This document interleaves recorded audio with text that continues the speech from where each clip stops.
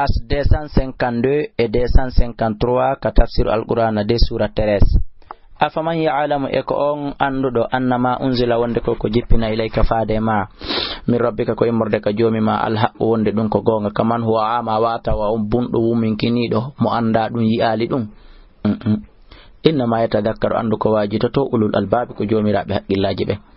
alladhina bin yufuna hunno bi ahadillahi ahadi allandi wala yanquduna bi firtata al-mithaq ahadini walladhina bin yasiluna jokkotobe ma amara Allah bih konko Allah yamiri mudon yusala yo jokke wa yakhshawna rabbahum hibihu li yawmi mabbe wa yakhafuna hibihu li su'al hisabi hasbore bonde walladhina bin sabaru munyibe ibtigha'i be dabba wajhi rabbihim yeso jomi mabbe ngo wa gamu salata be nyibe yulde den wa amfago be tasadaka mimma razaqnahum yoga e konko min arsikibe sirran e gundo wa alaniyatan e kene wa yadrauna hibe dunyira bil hasanati mojjere den as-sayyi'ata bone on bi maana hibe yottora kala ko boni ko be wada hibe yottora dum mojjere ulaika ben don lahum uquba dar ko be do wodani battane galle mojjede jannatu adinin dum ko aljannaji nyibudi yadkhulunaha benatay e majji wa man sala e kala mojjelo min abaihim immorde babirabe mabbe ben wa zuwajihim e sonnabe mabbe ben wa dhurriyatihim e bibbe mabbe ben wal malaikatu e malaika ben kadi yadkhuluna alaihim ben kadi nata e hore mabbe kan der cuudi ton min kulli babin be wure kala dambugal harahi be wa salamun alaikum jam'i kisi e hore mo bima sabartum sabko munyi don kon enele fanima o baddari mojji battane galle mojje walladhina ben yanquduna firtobe ahadallahi ahadi allandi min ba'di mithaqihi ba'undi ahodama wa yaqta'una be tajama amara Allah bihi konko Allah yamiri mudun an yusala yo jokke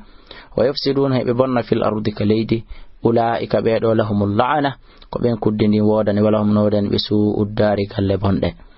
Allah yabsutu rizqa hima yanyana arske liman yasha wonande moydi yanyande yalla wadan jiya be mabbe min e ono wonbe lanjentade ben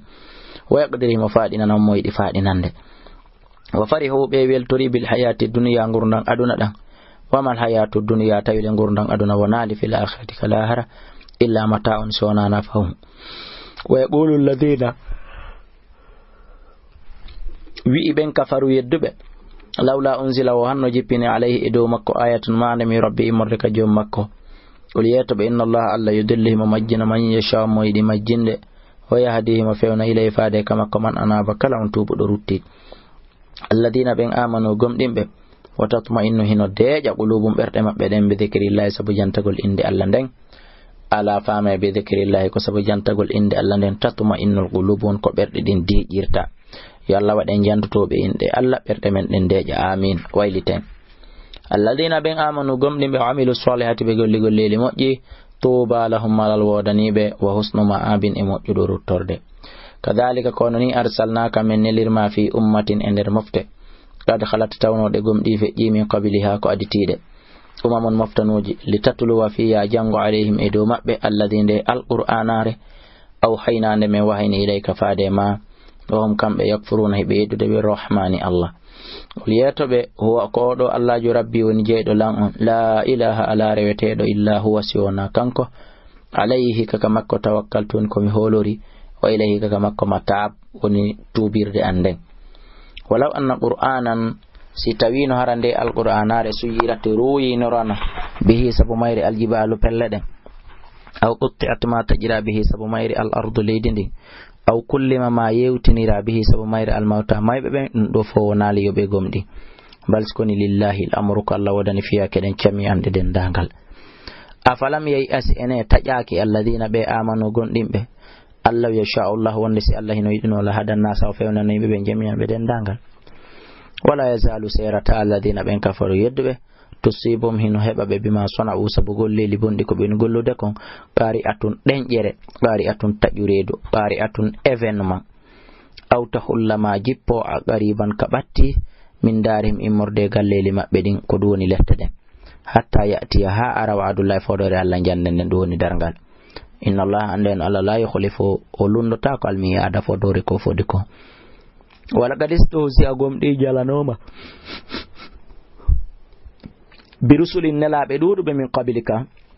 ko aditima fa amlaytu mimunyani lil ladina wonanda ben kafaru yeddube